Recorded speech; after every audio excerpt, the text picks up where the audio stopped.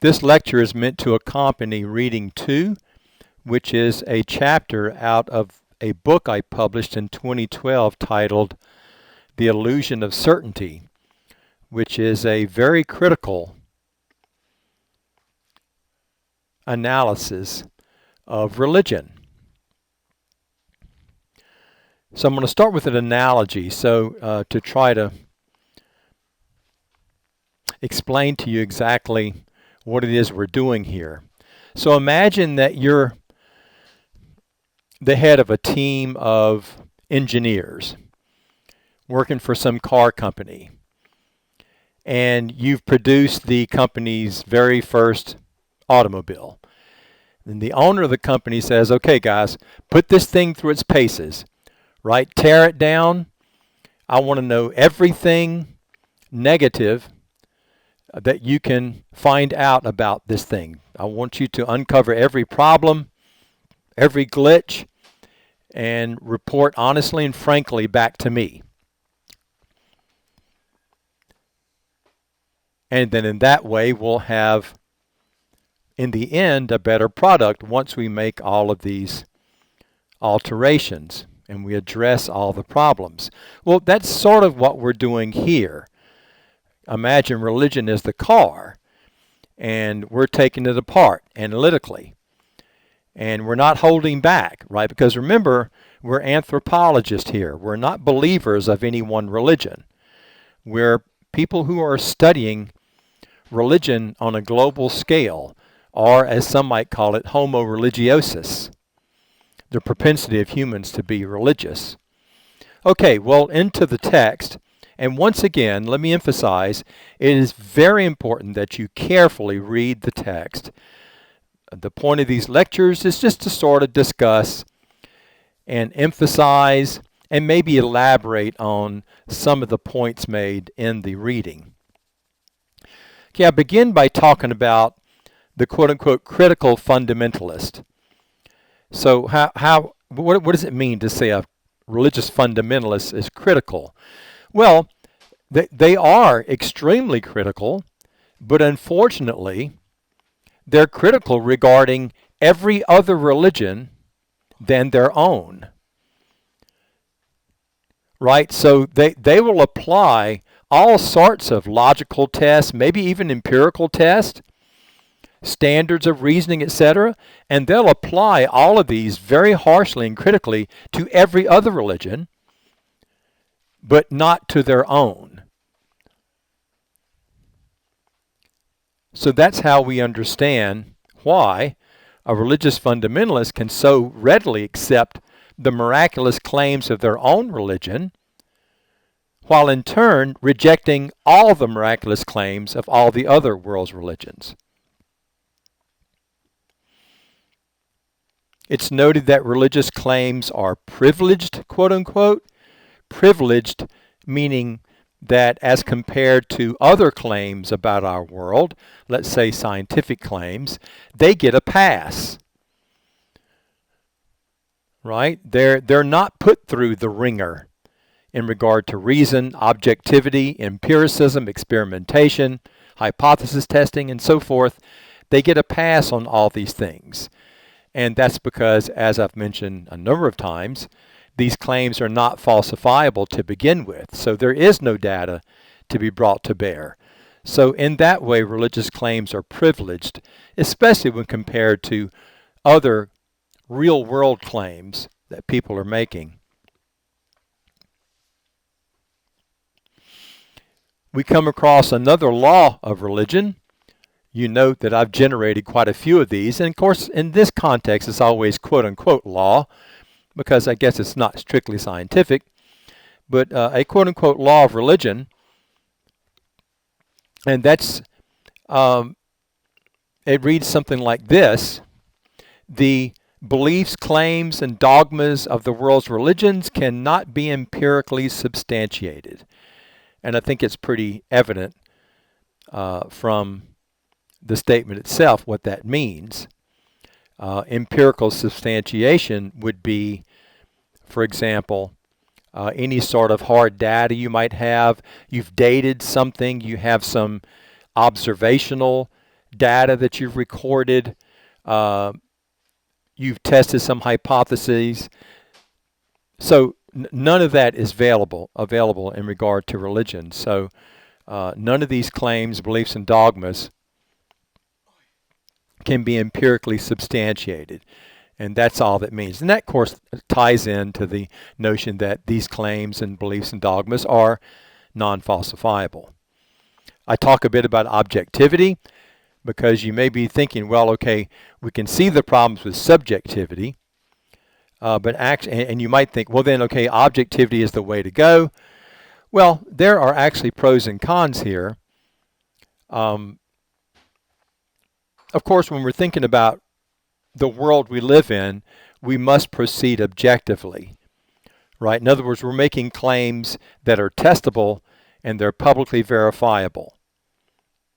But even doing this and being as careful as we possibly can, there are limits to human knowledge, right? So objectivity strictly doesn't give us, or let's say the scientific method, doesn't give us absolute truths. It gives us what I would like to refer to as state-of-the-art knowledge at any given time, based on our instrumentation and our knowledge of the subject matter at the time. But now, I mean, maybe that's the best we can do. We are, after all, human, right? But it is still, by far, the best approach to learning about our world. I then go on to a discussion of faith, the many problems with the notion of faith. In fact, I even discuss 2 or 3 Christian theologians who've taken a crack at trying to explain faith, and there's nothing easy about it. Virtually any theologian that you'll read that honestly takes on the notion of faith is going to struggle to make a good case for it. And that's the case with Soren Kierkegaard, one of the preeminent Christian theologians of the 19th century, who gave us the notion of a leap of faith. And then even C.S. Lewis, who recognizes that faith could be vulnerable to empirical critique. So anyway, so you'll read that in the text, and it's important that you do read that, because the point I'm trying to make here is that it is very difficult to defend the notion of faith, because generally speaking, it often can be equated simply with hope. And in fact, if you think of hope, I think it becomes much more clear what it is people mean. So for example, often in my class, in one of my classes, when we're talking about different versions of the afterlife and afterlife scenarios, you know, some religions say there's one life and one judgment. Other religions say we live on and on and on, over and over, and which is reincarnation. And it often comes up, someone will ask me, well, Dr. Houck, what do you believe? And my response is that, well, first of all, I don't believe anything, because that's really just my opinion, my hope that something is true, right? So, but I do have a hope that reincarnation is actually correct, right? I mean, that's just a personal choice of mine. I find that very accommodating, very comfortable. I like the idea of improving your spiritual knowledge as you live over and over and over. But nevertheless, I recognize that is simply a hope, right? So I hope that's the case. Another problem with faith is that people become so accustomed to thinking in a faith-based way that it becomes normalized. In other words, they become so accustomed to not thinking in a more scientific, rational way that the faith-based way of thinking becomes normalized. What's the faith-based way of thinking? Well, someone in a position of authority or some body, some authoritative body, proclaims something, and it's simply taught throughout the ages, never critiqued. It withstands the test of time because the power of the authority behind it.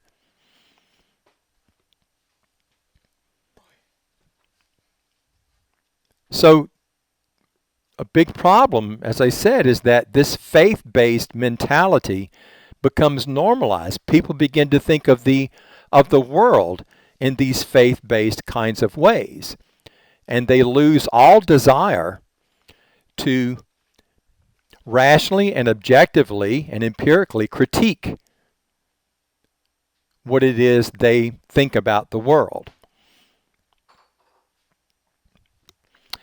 I discuss obsessive deductivism. That's a term I came up with to sort of describe notions that are set forth by some authoritative body for whatever reason.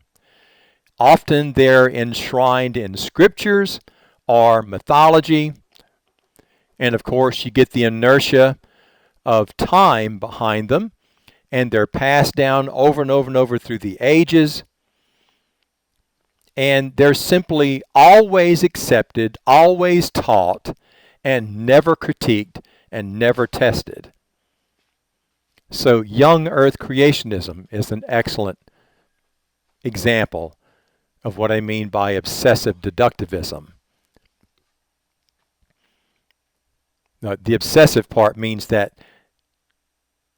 they're sold on the idea, not because it's valid and it's been tested and been shown to be true, but simply because it's a cultural idea that they embrace for a number of different reasons, none of which have to do with empiricism and objectivity. There's another law of religions. I think I've already talked about this before, but there's a bit of repetition here because you're reading two different treatments of religion written by the same person. This one is a lot more critical than reading one, but nevertheless, I do talk about the law of religions regarding the fact that they don't spread outside their area of origin. So please read those comments very carefully because I do a lot of fleshing out and elaboration here in the text. That then leads to another law. Religions are culture bound. In fact, the reason why they don't spread is because they are culture bound. Right? Religions are intimately linked to the history, the people, the language, the geography that birthed them. And that is why no universal standard exists when it comes to religions. Of course, you know the number I've talked about over and over 10,500 different religions. So clearly there is no universal standard. And that right there shows you the culture boundedness or the cultural relativity of religions.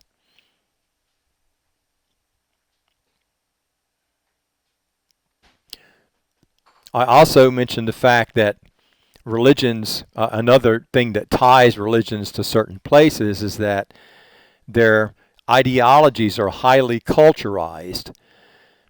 So, for example, Hindu theology, they may not use that description, but nevertheless we can do that here, makes total sense within the context of the history of India and the cultural and linguistic context of India.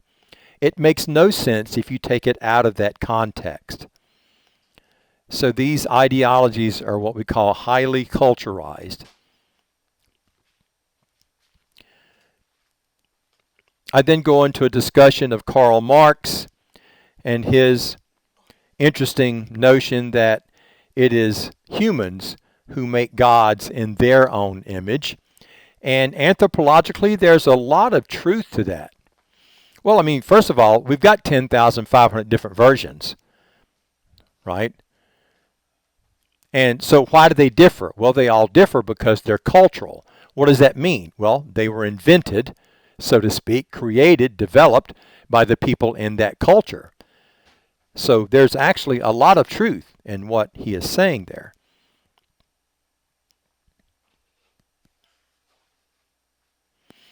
I discuss the importance of the influence of material factors on religion. For example, I gave you a couple of examples. One of my sort of subspecialties is African-derived religions in the New World, like Voodoo, Santeria, Orisha, things like that. And one example I discussed was Haiti and Trinidad. In Haiti and Trinidad, you had a sort of Catholic foundation on top of which was put an African religious trait, because Africans were brought over here and put in a Catholic context. So both of these religions are somewhat similar. Haitian Voodoo, which became Voodoo after the influx of Haitians into New Orleans about 1835. But Haitian Voodoo and Trinidadian Orisha are similar in that regard, but they do differ in one important aspect. In Haiti, you do sort of have this kind of negative or hot aspect to their religion. And that develops solely because of the relationship that the European slavers had with the African slaves in Haiti that did not exist in Trinidad. And consequently, there is no quote-unquote hot or negative aspect to the religion in Trinidad. I also discussed Mahayana Buddhism.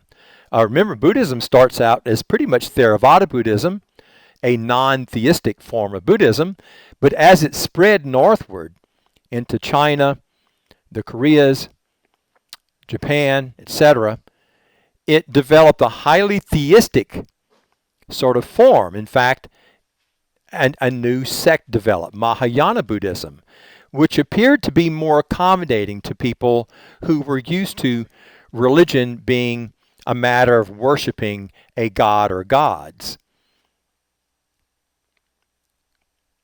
So these historical accidents, as I call them, are very, very important when it comes to religion. In fact, I might say the most important factor determining the nature and form of a religion today are these historical accidents. I give you a few other examples. Muhammad was pretty much chased out of Mecca. And by 622, things had gotten so bad that he had to flee Mecca, and he went north to this town called Yathrib that was actually run by Jews. Jews welcomed Muhammad. Muhammad was known as a wise and considerate person. And so the Jews initially welcomed Muhammad. And everything was fine for a while. There was lots of harmony between Muhammad and the Muslims that followed him and the Jews that lived in Yathrib. In fact, initially, Muslims prayed facing Jerusalem. Interesting fact, Jerusalem. But eventually there was a falling out, and for that reason, the situation became sort of inimical between the two groups, and for that reason, historically, they each went off on different tangents. So, I mean, it's quite possible that given a different circumstance, Islam, which would probably not go by that name, but Islam could be a sect of Judaism today, if not for that particular historical accident. And then there's a number of examples I gave from Christianity. What if the Jesus movement, led by Peter and James, brother of Jesus, had actually been able to exert their influence over the quote-unquote Christ movement led by Paul? Well, Christianity would be totally different today. It'd be something like a Jewish sect. Again, a sect of Judaism. And we probably wouldn't have an independent Christian religion.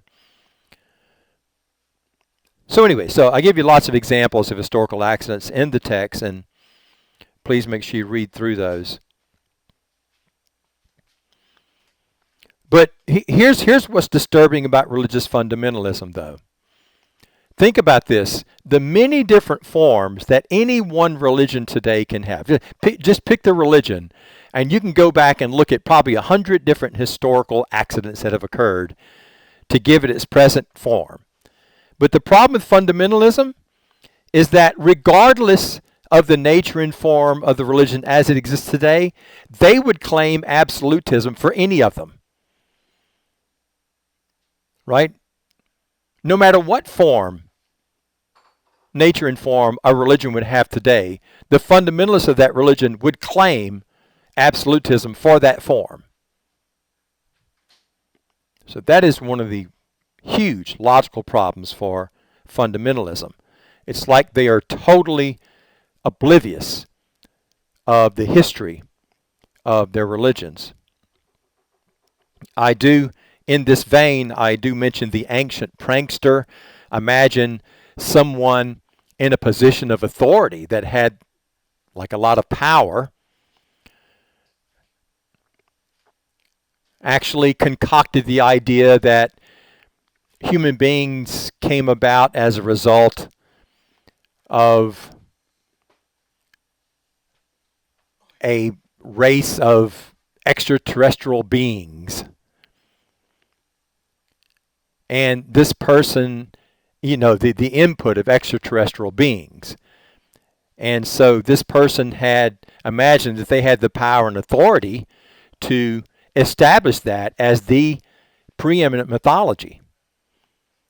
Well, today, yes, there would be people who would be devoted to worshiping these extraterrestrial beings as their gods.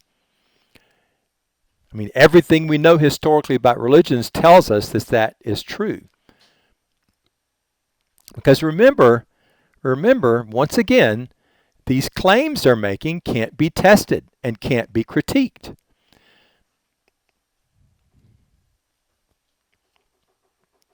So in a religious context, it's almost as if, like, I'm contrasting a religious context with scientific context. In a religious context, it's almost as if everything is in play.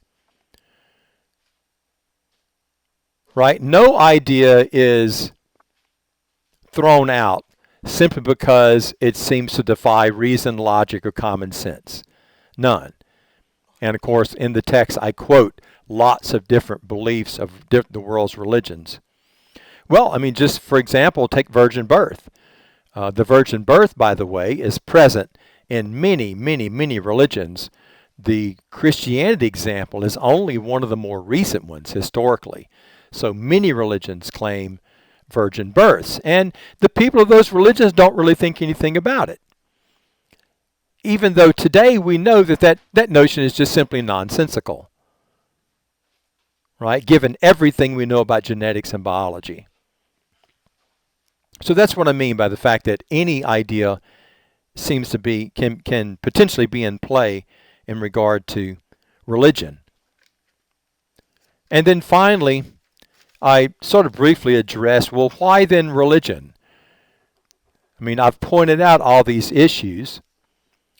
Why then are religions so popular? I mean, something like anywhere from 75 to 80% of the world's peoples are religious. Actually, the non-religious category is one of the fastest growing categories. And nevertheless, a vast majority of the world's religions are religious, of the world's people are religious. So why? Well, I think perhaps the most important factor here has to do with enculturation, which is the process whereby a person learns their culture, or the extreme form of this would be indoctrination, in which religion is just pounded into an individual from birth. And actually, for the average person in the United States, that's pretty much the situation. So it's not very surprising to find some years later that this person is totally bought into this ideology. So I think enculturation and indoctrination are probably at least two of the most important factors regarding why people remain religious. And of course, religion does address things like mortality, human finitude, and uncertainty. And religion is important for those reasons, of course, and understandably so, because really, it is the only game in town when it comes to the big questions, because science doesn't bother with those things, right? Science is naturalistic. Its purview is the real world we live in. Anything beyond that is just out of its purview, so to speak. So religion at least does try to take on those questions. But that is one of the reasons why religion is so problematic, right? It's attempting to say something definitive about a dimension of the human condition which quite possibly may not actually exist at all.